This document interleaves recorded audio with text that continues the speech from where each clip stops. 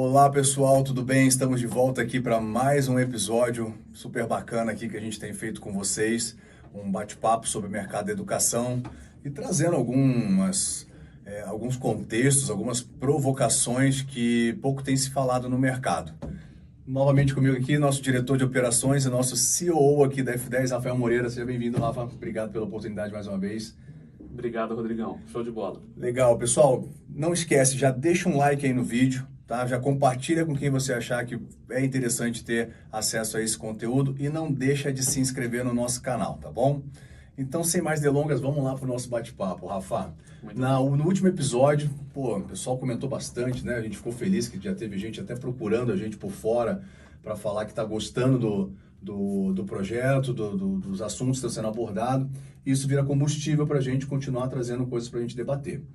E quando eu fui rever o último episódio, nós deixamos lá literalmente uma deixa, né, em relação a um assunto que a gente abordou, que nós linkamos com um exemplo seu a respeito de, lá na década de 2000, nós tínhamos um tipo de formato, né, de locação, que eram as locadoras, e a gente gostava de ir, né? Então quem não tinha aquele passatempo, vamos sair para ver o filme, pega o filme, escolhe o filme, leva para casa. E hoje você vê, né? Acho que essa geração não consegue nem se imaginar fazendo isso. Na época, eu acho que ir até a locadora é que era o entretenimento, né? Do que propriamente assistir o filme. Verdade. Que hoje, talvez, falando isso agora, eu fiquei pensando, hoje é aquele tempo que eu não sei se você, como eu, a gente fica perdendo lá. Às vezes eu percebo que eu tô há 40 minutos procurando o filme, então eu não falo assim, desiste. Tô querendo assistir nada, né? Tô só querendo passar tempo. É isso aí. Muito bom. Em cima disso, Rafa, como é que a gente pode linkar hoje aí com o mercado da educação para a gente trazer um bate-papo aí para os nossos telespectadores? Pois é. Primeiro, obrigado pelos feedbacks, gente. É bem importante para a gente saber se o que a gente está falando aqui faz sentido e é relevante, né? Porque o objetivo é fazer com que o nosso mercado ele cresça, se desenvolva. E me chamou a atenção, ligado a esse assunto, a gente fala muito sobre comportamento. Essa semana saiu uma notícia da Nubank, ela soltou uma nota para todos os seus funcionários, falando sobre um assunto que tomou uma proporção que tenho certeza que não foi o que eles esperavam. Então, o que aconteceu? A Nubank soltou essa semana, falando o seguinte, a gente está aqui em novembro de 2025, e ela falou o seguinte, olha, a partir de janeiro de 2026, nós vamos iniciar um processo de transição para o modelo de trabalho remoto para o híbrido. Essa foi a nota. E como é essa migração, essa transição? Hoje, todos os funcionários no Nubank, eles têm como regra ir no mínimo uma vez por semana por escritório, para trabalhar presencialmente. E o que fala sobre esse processo de transição? A partir de janeiro de 2026, as pessoas, os colaboradores da Nubank, passam a ser obrigados a trabalhar 2 vezes por semana presencialmente. A partir de julho de 2026, 3 vezes. Para em 2027, ainda não está sacramentado, mas para a partir de 2027, talvez migrar para o modelo 100% presencial. Pronto. Foi soltar a nota para, literalmente, jogar gasolina na fogueira. E aí houveram uma série de demissões, as pessoas não gostaram, uns se exaltaram demais e o resultado foram demissões. Eu estou resumindo bem o que aconteceu, né? Porque o negócio tomou uma proporção bastante grande. Então isso significa o quê? Significa que em situações, por exemplo, de 5 anos atrás, 5, 6 anos atrás, isso não era um problema. Uhum. Era inimaginável você ter esse nível de discussão. Falar, olha, eu vou ter que arrumar um grande esforço com a minha equipe para convencê-los e ter um processo, né? Ter um processo de transição para fazer com que eles venham trabalhar para o presencial. Isso era inimaginável. E até muito pouco tempo atrás. Os 5 anos foi ontem. Uhum. Né? Não estamos falando de 30 anos. É coisa de ontem. E ontem já existiam as redes sociais, já existiam essa forma fluida, digital, de comunicação. A gente não está falando dos anos 2000, em que as locadoras eram um processo completamente diferente do atual. Então, o quanto disso impacta na forma como as pessoas aprendem, como as pessoas desejam, como as pessoas compram e como a gente vende. Então, nas escolas, você pensa isso diariamente. Cara, como é que eu fecho hoje o meu volume de matrículas? Então, você que é de ensino profissionalizante, ensino técnico, interativo, você sabe muito bem o desafio que é conseguir trabalhar no nosso nicho. Ensino regular também, só que é mais sazonal. Então, as escolas que os nossos ensino fundamental, médio, superior, só que é mais sazonal. A gente está na época de fim de ano, é época, né, de falar de matrícula. Mas ensino livre, a gente está falando isso o ano inteiro. Verdade. Então, o gancho que a gente está falando aqui é o quanto disso faz com que as pessoas tenham um comportamento que vai de encontro àquilo que todos estão preparados para poder oferecer. Ensino livre, a gente está falando de ensino em que as turmas elas ocorrem, em sua maioria, uma vez por semana. Até algumas praticam bastante isso. Ou você estuda 2 vezes na semana, né, de segunda a sexta, ou faz uma aula ao sábado. Né? Aí cada um tem sua forma. Você pode fazer 3 horas na semana, ou pode fazer 2 horas e meia no sábado, aí cada um coloca. Mas o quanto desse modelo faz sentido hoje para uma geração que está completamente passiva para trabalhar e ganhar dinheiro, né? Então, essa notícia me impactou bastante, mas me impactou muito mais no sentido, cara, o que essa geração que está entrando, que é responsável, que vai assumir os nossos postos logo logo, o que elas esperam e o que elas vão fazer quando elas estiverem nos nossos lugares? O que você acha? Muito legal. Você havia comentado por cima aqui, né, num momento que a gente se cruzou aí pelo escritório, e é legal você trazer esse assunto daí, porque fiquei pensando, na hora que você estava falando, minha visão ela tem um lado muito comercial, né? Então, você falando as coisas, eu fiquei linkando aqui, tipo, a modelos de curso, formatos de trabalho, né? E associando com presencial e distância e híbrido, né? E tem lá o ensino presencial, ensino à distância e híbrido.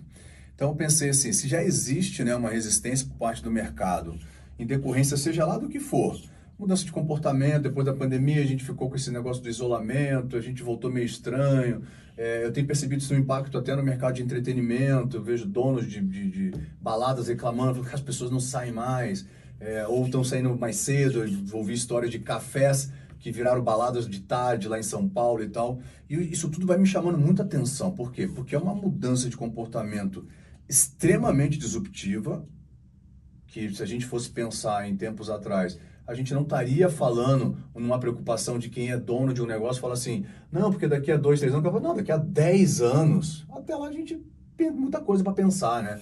Mas pelo jeito não. Então quando você me fala que a Nubank traz uma notícia dessa e causa esse alvoroço, pelo menos dentro lá da organização deles, é no mínimo, senhores, de chamar atenção para o mercado da educação também, né? Como o Rafa levantou. Então, Rafa, eu fiquei pensando aqui, ó, vantagens, né, pegando o gancho da Nubank, vantagens que tem o home office para a empresa. Você tem a possibilidade de trazer talentos de outras regiões, né, que talvez, né, no presencial você não poderia ter aquele talento ali com você, porque, putz, o cara tem que mudar de cidade, de estado, alguma coisa assim, ou a oportunidade para o próprio colaborador, porque às vezes essa empresa, não sei se é o caso da Nubank, tá? Ela é sediada em São Paulo, onde tem uma remuneração baseada no custo de vida de São Paulo, e esse cara mora numa cidadezinha lá do Cafundó do Brejo, e ele tem qualificações que interessam muito a Nubank contratá-lo. Então ele está lá no Cafundó do Brejo, dentro da casinha dele, com uma baita remuneração baseada no mercado de São Paulo. Então, eu fiquei pensando nisso, né? Então, eu falei, essa é a vantagem do home office. Presencial, putz, eu acho que quando a gente fala de cultura organizacional, a possibilidade das pessoas entenderem, se integrarem melhor, e ao mesmo tempo que eu estou falando que é uma crença minha, eu já falo já meio duvidando, porque partindo do princípio que as pessoas não querem mais estar juntas, eu fico pensando, será que é bom trazer todo mundo? Vai dar uma confusão danada no escritório? O pessoal já não está sabendo mais lidar com isso e aquilo. Enfim, são incógnitas que a gente vai trazer aqui para esse debate. Mas a pergunta, isso gera uma dúvida.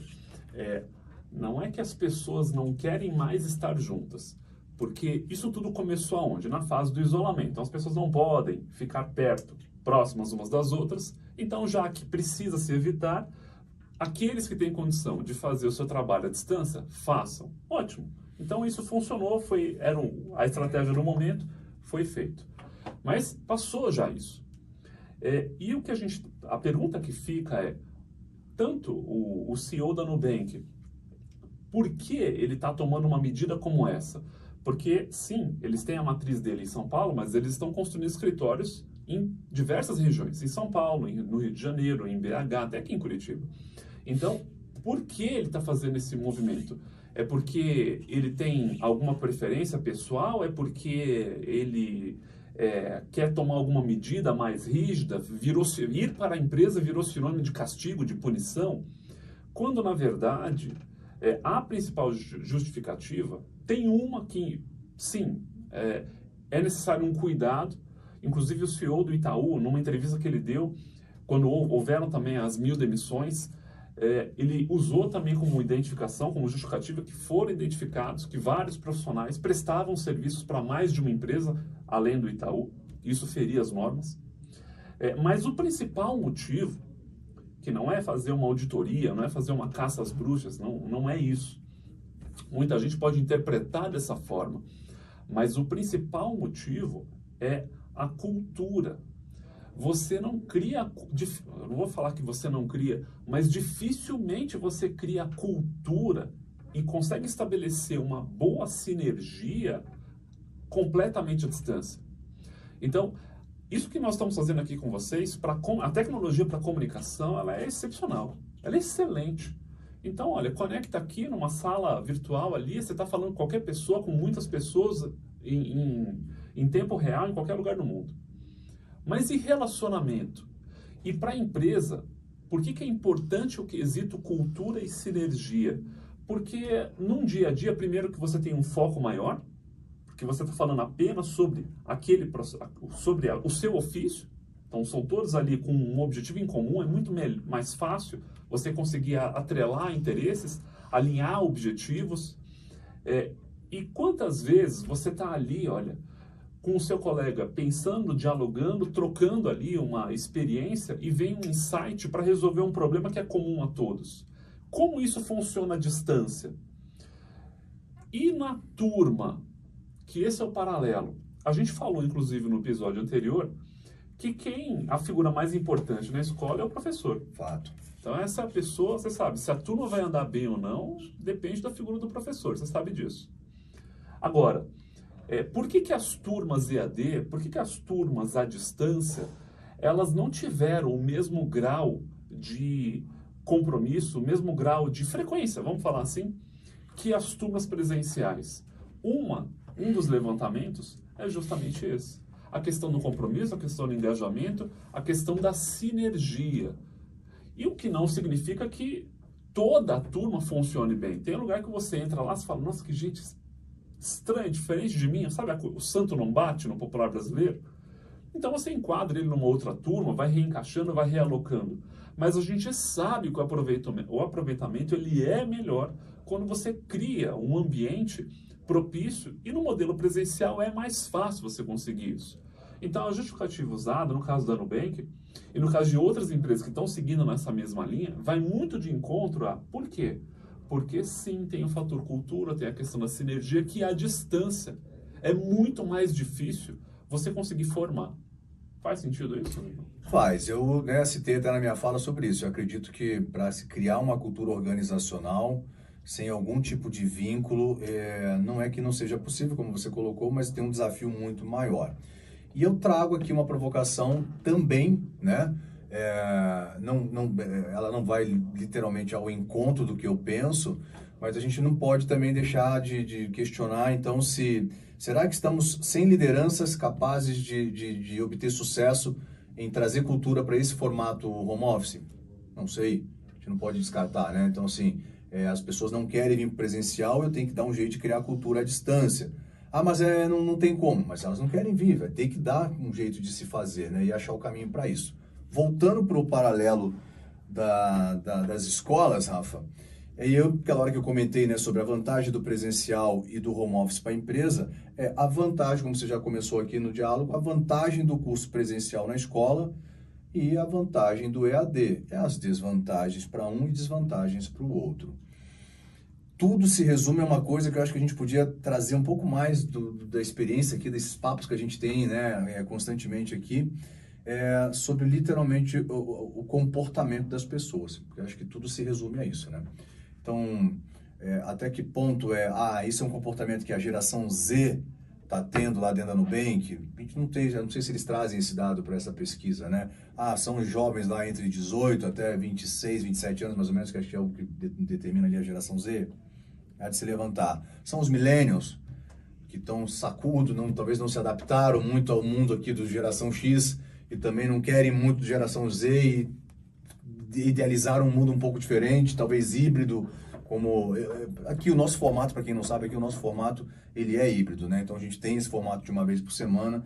Eu particularmente, sendo geração X, no começo eu tive muita dificuldade, hoje eu me adaptei e gosto muito. Eu acho prazeroso vir ao escritório, mas eu também vejo as vantagens de poder, nos outros dias, estar em casa e não ter que estar preocupado se eu tenho que sair tanto tempo antes de casa para ir, aquilo. É só nesse sentido, meio que deslocamento também. O resto, putz, cara, há muito custo, disciplina, né, de você tentar entender que, pô, eu acordo todo dia, eu tomo um banho como se eu estivesse indo para o escritório, mas eu vou ficar aqui no meu quarto, na minha mesinha e trabalhando, né? Então... E a questão da autodisciplina, esse é o ponto. Você faz isso, primeiro, quantos são? Tem essa autodisciplina. E segundo, é você ter essa autodisciplina sempre, todos os dias. Você ter o mesmo compromisso consigo mesmo. Porque o primeiro compromisso é com você, não é com o seu chefe ou com a sua empresa, é com você. Então, que horas você acorda, como que você está, se você acorda 5 minutos antes de iniciar o expediente, ou se você acorda 1 hora antes e se prepara para estar frente a uma reunião, para estar frente, disposto, né, preparado para iniciar a sua função. A academia é um bom exemplo. Verdade. Quantos que iniciam e quantos terminam? Numa escola não é muito diferente. Então, está muito ligado isso. O assunto ele é polêmico. Eu acredito que não exista fórmula mágica, que todos têm prós e contras, todos têm os dois lados, assim como tudo. Falar, olha, vamos trazer todo mundo 100% para o presencial, então significa que não existem empresas que falem no modelo 100% presencial? Claro que não. E não existem empresas que progridem no modelo 100% remoto? Claro que tem. Mas o que a gente quer é, o que a gente pode fazer para trazer o melhor dos dois mundos? Tá. Você quer comprar online e você quer consumir presencial? Ótimo, é um modelo, ou o inverso. Isso me faz lembrar a época, vira e mexe passa aí na TV, uma solução que a gente tem é o aplicativo da escola. Então, muita escola oferece. E muita escola que nos procura fala, não, eu quero um aplicativo para fazer cobrança. Tá, mas você não precisa disso, né? Para fazer cobrança, você não precisa de um aplicativo próprio, né, pessoal? Mas quando a gente lançou a primeira versão do aplicativo para as escolas, aquele que o aluno utiliza, né, e tal, em 2018. E da onde nasceu essa demanda? Em ensino livre, em geral, as turmas elas ocorrem ali 1, 2 vezes na semana, dificilmente tem poucas que ocorrem 3 vezes na semana. E ele nasceu com o seguinte propósito, você já passou por isso, né? Você que é da área, certeza que já passou por isso. Você fez a matrícula hoje. 1, 2 dias depois, chega lá o pedido de devolução. Porque, por alguma razão, e aí quando você vai entender, e a gente foi procurar conversar com vocês individualmente os motivos, né, que levam isso a acontecer, e o que foi identificado? O principal concorrente, abre aspas, que acaba tomando esse aluno não é a escola que oferece um curso similar ao seu. Não. É aquele parente, é aquele vizinho, é aquele amigo, é aquele colega do seu matriculando que foi e jogou água, né? Jogou um balde de água fria e ele esfriou e falou, cara, quer pensar bem, né? Deixa pra lá. Então ele acaba devolvendo. O aplicativo ele nasceu para ajudar nesse sentido. Então o objetivo é que o aluno saia da escola matriculado e já com conteúdo suficiente para consumir antes mesmo da primeira aula. Então ele já tem o que fazer, ele já tem uma experiência à distância, uma experiência digital fora da escola, antes de começar a estudar e durante o estudo. Porque mesmo durante a jornada dele como aluno, ele estuda 1, 2 vezes na semana, é muito tempo que ele fica fora da escola, longe da turma. Então o objetivo, um dos propósitos de ter uma funcionalidade como essa dentro do ambiente do aluno, é que ele possa ter à distância sensações similares a que ele teve presencialmente, mas ele está presente. O produto principal ainda que o aluno consome, que a escola oferece, ele é presencial. Mas sim, ela se utiliza de tecnologia para oferecer parte do que ela tem para oferecer à distância, de uma forma remota. É um pouco do modelo do trabalho híbrido nas empresas. É verdade, eu concordo. E sendo isso, então, de novo, a gente está falando de formato, e quando você puxou a deixa no vídeo passado, Rafa, e a gente volta aqui agora com esse assunto da polêmica da Nubank, eu vou arriscar fazer uma provocação para o mercado aqui. Eu sei que você vai me ajudar aqui se eu errar muito a minha mão. Será que a gente tem que pensar na possibilidade do formato atual das aulas, de repente, ser um fator determinante para esse tipo de desafio nas escolas? Então, assim, se pensar como nós dois éramos jovens, né? Porque a gente é jovem há muito tempo, tá? Não é que a gente não é mais jovem. Mas se pensar, eu e o Rafa com 15 anos de idade, pô, a gente está falando lá, década de 90. Então, como é que era o nosso comportamento, o que nós tínhamos acesso, o que nos agradava. Então, eu achava o máximo, né? O digital, a gente nem sonhava que ele ia existir, principalmente do jeito que ele é hoje, né? Que eu acho extremamente agressivo a evolução, né? Acompanhar o digital. Mas hoje já é completamente normal você vê que antigamente longo prazo era 10 anos, pelo menos, um médio prazo ali, né, de 5 a 7, a gente falava de um curto prazo ali de 2 a 5, ou de 3 a 5 anos. Tinha um tempo de maturação para tudo, né? Não é? Hoje não, cara. Hoje a gente fala que 5 anos é longo prazo. Cara, longo prazo, 5 anos, pela metade. Então, você vê como é que isso tudo está acelerado. 5 anos foi ontem. Verdade. A gente falou da pandemia, já passaram 5 anos, né? Então, parece que eu olho para trás ali e vejo a gente usando máscara, tudo de novo. Então, assim, ó, isso que eu estou comentando agora é provocação mesmo, tá, gente? Num bom sentido, otimista, de falar assim, cara, será que eu, como escola, eu estou acertando o formato certo da metodologia que eu estou usando para fazer com que esse aluno tenha vontade de estar aqui, seja presencialmente ou principalmente no conteúdo online, através de gamificação e várias outras soluções e métodos que existem para sempre todo mundo ir atrás do mesmo objetivo, né? O que eu faço para esse aluno ficar, né? Fala um pouquinho para mim, Rafa, o que você acha disso aí? O Flávio Augusto, ele tem uma frase para isso. Então, ele fala que estudar é muito chato. E, de fato, é. Semana passada, então, mais uma vez, nós estamos aqui em novembro de 2025. Então, semana passada foi Enem. Minha filha fez, inclusive. E aí peguei lá um pouco da prova para entender, em especial, o tema da redação. Porque a gente ficou conversando ali e eu falei, bom, me fala um pouco, filha. E aí ela, com as palavras dela, falou a respeito disso. Eu fui ler o caderno de provas.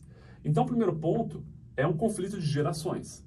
A linguagem usada, ela está muito distante daquela que é usada na prática. Você vai para as redes sociais, hoje todo mundo... Aí não tem questão de geração. Tem a geração mais recente que usa muito, consome muito mais. Mas todos estão hoje nas redes sociais. Em alguma está.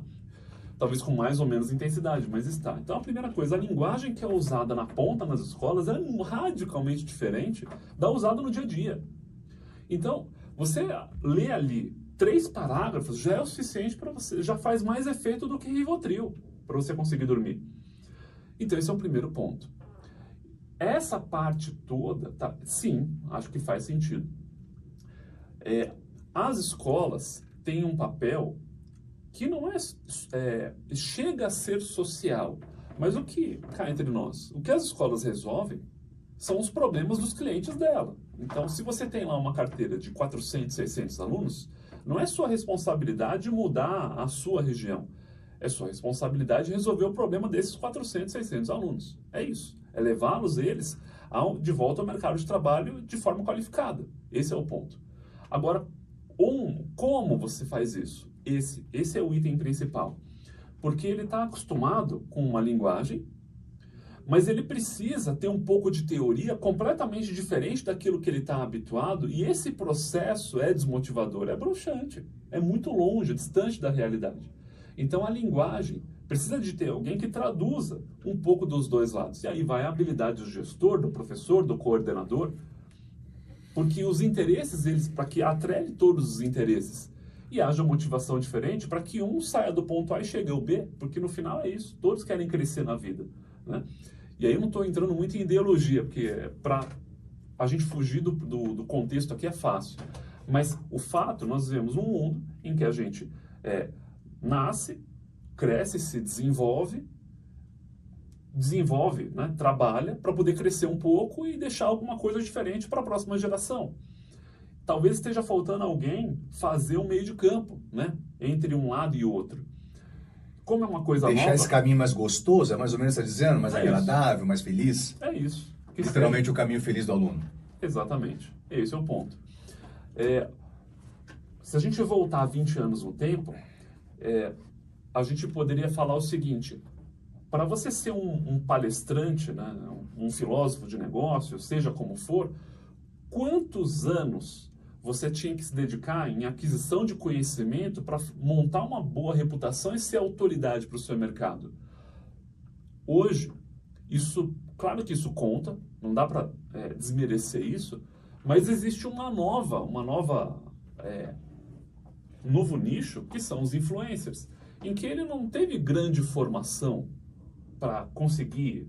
A gente está na estrada aqui, fazendo o que a gente faz, não me tem 20 anos, né? Sapatinho tá gasto já, né? E muito ainda, a gente se pergunta, cara, mas será que a gente é qualificado para falar sobre isso? Né? A gente ainda se pergunta. Aí você vê na internet, cara, a galera que não tem experiência alguma, e ele sai falando como autoridade no assunto, fala bem, inclusive. Né?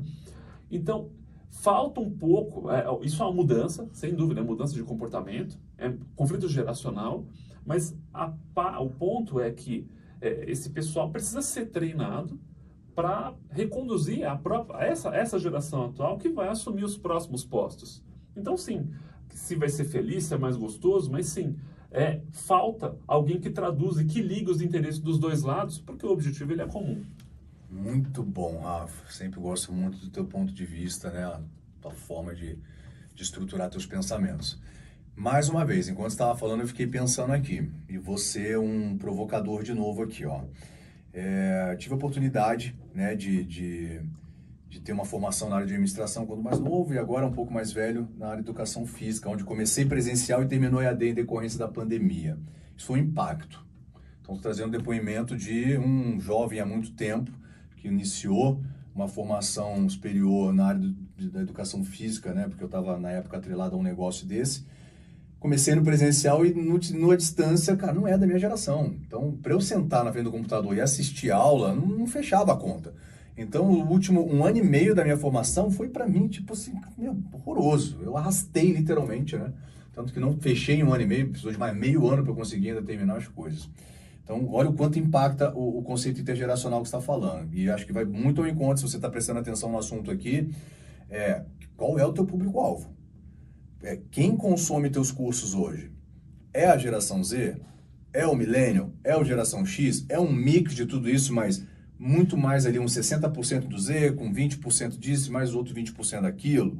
Então, assim, é importante olhar para esses dados aí dentro do teu controle para você entender melhor aí. E a informação é simples, né, gente? Data de nascimento é o suficiente para você puxar um relatório e entender qual que é a média aí de idade do teu público.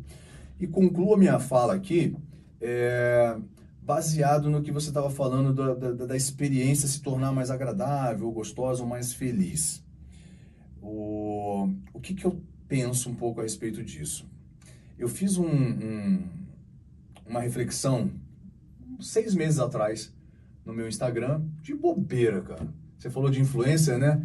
Às vezes eu tenho muita vergonha, sabe, de ficar fazendo as coisas, porque eu não tenho interesse que ninguém veja nada, essa que é a verdade, né? Então, quando eu faço aquilo, eu me pergunto, tá fazendo por quê? Pra quem?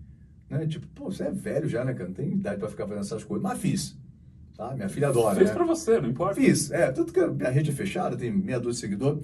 E eu fiz uma reflexão que eu falava assim, é impressionante como o mundo tá acelerado, né? Então, a gente não tá percebendo. E por que eu fiz essa reflexão? Alguém tinha me mandado uma mensagem e ela apareceu lá com 2 minutos e pouco. Cara, se você olhar, é nada. É nada. Mas eu olhei 2 minutos na minha mente, nesse mundo que a gente está vivendo acelerado, sem perceber que a gente está a milhão. Eu falei, porra, 2 minutos e pouco, eu fui lá, botei 1,5 de velocidade para ouvir. E aí, eu mesmo me corrigi na hora e falei assim, não, para, cara, você tá perdendo um monte de informação que tá acontecendo nessa mensagem. Tem respiração, tem tom de voz, tem um monte de coisa. Voltei a mensagem, mesmo porque era da minha filha, né? E aí fui ouvir melhor. E mudou totalmente o contexto. Quando eu ouvi ela, eu ouvi ela falando do jeitinho dela, a vozinha dela na pausa dela. E aí me deu vontade de falar. Eu falei, cara, que triste isso. A gente está vivendo um mundo muito acelerado, onde a gente sempre está esperando chegar no final. E a gente está deixando de curtir o que você falou, a jornada. E me veio aqui, Rodrigo, o que você está falando? O que isso conecta com a área da educação? Fiquei pensando, será que não é a hora de avaliar que talvez essa geração ela está muito mais voltada a cursos rápidos? Porque né? Porque de repente ela olha quanto tempo tem para eu concluir esse curso? 18 meses. Meu Deus, é muito tempo. Eu vou assistir uma série aí que eu comentei na minha reflexão. Eu tô olhando série para assistir, né, com a minha mulher, com as minhas filhas, sei lá o que for. Eu olho lá assim, ela fala, tem uma série muito legal, não sei o quê. Eu não pergunto como é a série. Eu já pergunto logo, quantos episódios são? Olha, é isso que está determinando, cara. Se eu vou gostar ou não, não perguntei qual que era a sinopse da série, nada disso, né? E eu peguei e falei, pô, quantos episódios são? Ela falou, 8. Aí eu falei, tá bom, é só um número por enquanto. De quanto tempo cada um? 1 hora. Eu falei, pô, ferrou, cara. 8 horas do meu tempo. Então, pensei aqui, eu confabulando aqui junto contigo nesse bate-papo, será que nessa ideia do formato, porque isso não deixa de ser um formato, né? Um formato de aula mais curto, mais super intensivo, né? Assim, a gente lida com um monte de escola aqui que é cliente nosso, que são donos de curso pré-vestibular. Então, eles brincam lá que eles têm lá o vestibulando lá, que o cara faz o ano inteiro, o extensivo, né? Que é da minha época lá da nomenclatura.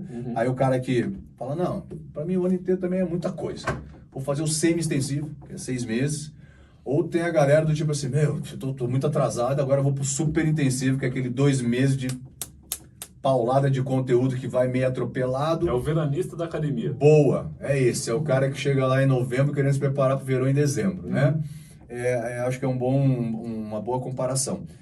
Devolvo para você então, Rafa.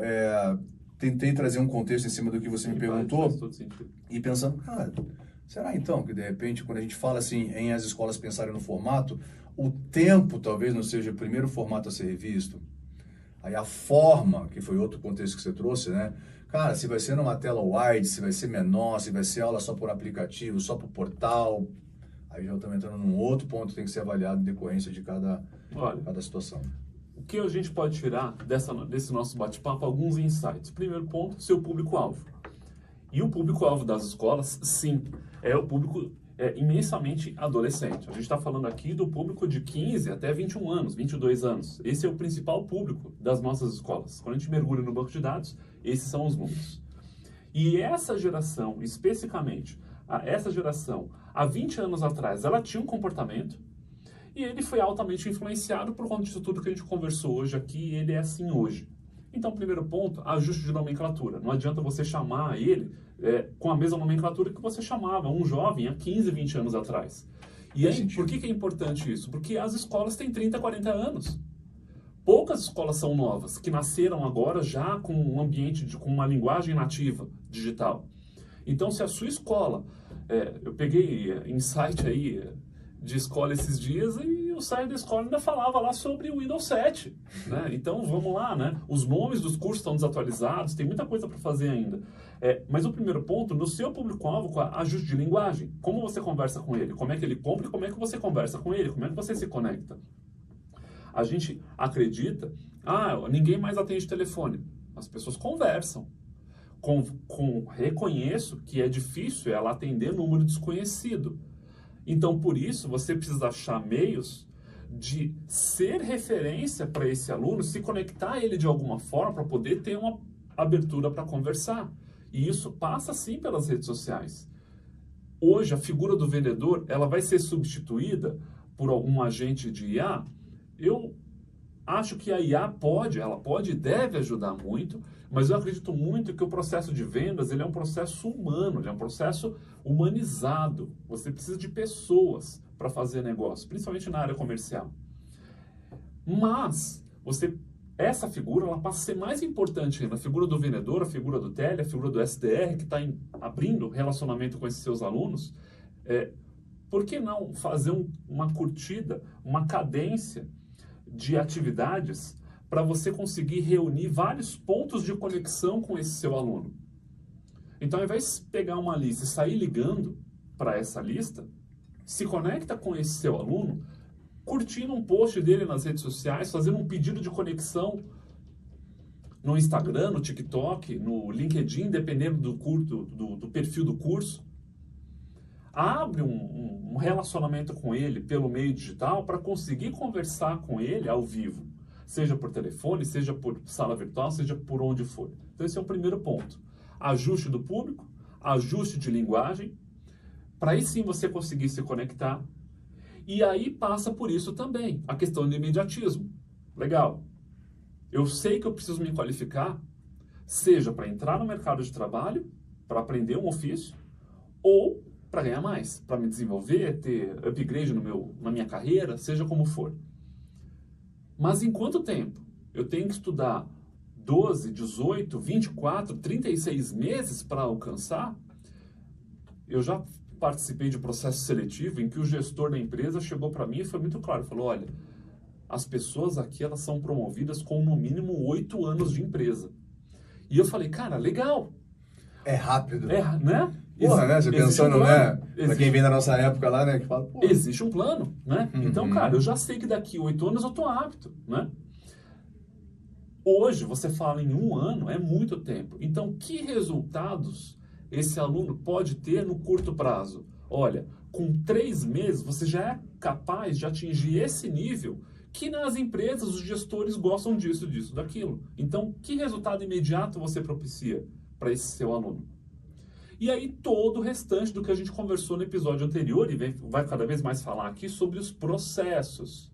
Então, a gente brincou no episódio anterior falando lá, eu quero ter uma ferramenta automática com um protesto da cobrança automática. Então, o aluno não pagou, protesta automaticamente o nome dele. E os casos em que a gente percebeu que as escolas que fazem isso, elas têm menos efetividade do que aquelas que tratam a raiz do problema. Coisa básica. Você quer cobrar o seu aluno sem ele estar consumindo o seu serviço? Como? Então, invista em formas para que esse seu aluno consuma o seu serviço, use o seu produto e de maneira mais intensa possível, que a cobrança é um processo natural. Não estou dizendo que ele vai ocorrer naturalmente, mas ele é muito mais efetivo do que você trabalhar como uma forma de remediação do processo. Então, desse nosso bate-papo aqui, eu fiquei um pouquinho com esses insights que a gente discutiu. Eu achei ótimo. Eu queria só acrescentar ainda aí, cara, pra gente encerrar o nosso bate-papo. Puta, incrível como sempre, Rafa. Passa rápido. Passa rápido, né? E é gostoso. Eu fiquei pensando aqui na tua fala, né, da oportunidade de trabalho lá atrás, o cara falou em 8 anos vai acontecer tal coisa. Lembra que não faz muito tempo, a gente estava numa meeting lá, né, online, eu e você, e a gente falando um pouco sobre contratação e tal, e você comentou, né, eu lembro que eu falei assim, não, vamos fazer tal coisa, você falou assim, não, Rodrigão, não dá, porque a gente precisa de pelo menos 3 anos para deixar esse closer um cara bom, tipo, do jeito que a gente precisa, né? Não é do jeito que a gente quer, mas do jeito que a gente precisa. Ele tem que ficar muito sobre regra de negócio de cada escola, ele tem que estar um cara muito afiado, com muita autoridade. Vem nas complexas, né? Tem uma curva de aprendizado mais extensa. Isso. E aí eu olho pro Rafa e falo assim, Rafa, como é que a gente vai trabalhar isso? Porque, pô, tem pesquisas apontando que hoje as pessoas ficam em média 2 anos dentro das empresas. E precisa 3 para formar o cara. Se hoje fica em média 2 anos, eu tô pensando aqui, no melhor do cenário, eu tenho que formar esse cara em 1 ano, para em 1 ano eu tirar o que eu puder dele, porque provavelmente vai estar sendo assediado por outras empresas, ou ele mesmo vai estar procurando outra coisa e ele vai, né, para um novo desafio. Então fica essa deixa aí para você ver a complexidade que é, né, a gente tá falando de um assunto que parece bobeira, mas é o tempo todo, né, a gente sendo impactado por coisas como você trouxe da Nubank, e que parece que é um assunto aleatório. Mas você vê, olha só quanta conexão disso está no nosso dia a dia, né? Sim. E a gente teve essa oportunidade de trazer para as escolas. Rafa, mais uma vez, cara, muito obrigado, adorei o bate-papo, mais um aprendizado aqui, né? E espero que vocês tenham gostado, tá bom, pessoal? Reitero aqui para vocês, não deixa de deixar o teu like aqui, é bem importante para a gente fazer com que esse conteúdo alcance, né, mais pessoas que estejam interessadas nesse assunto. Você pode salvar esse vídeo, compartilhar ele com quem faz sentido para você e se inscrever no nosso canal e ativar o sininho de notificação, para assim que esse próximo vídeo subir, você já saber que tem conteúdo novo lá. Espero vocês até o próximo episódio. Rafa. Obrigado, Rodrigão. Obrigado, pessoal. Até a próxima. Até!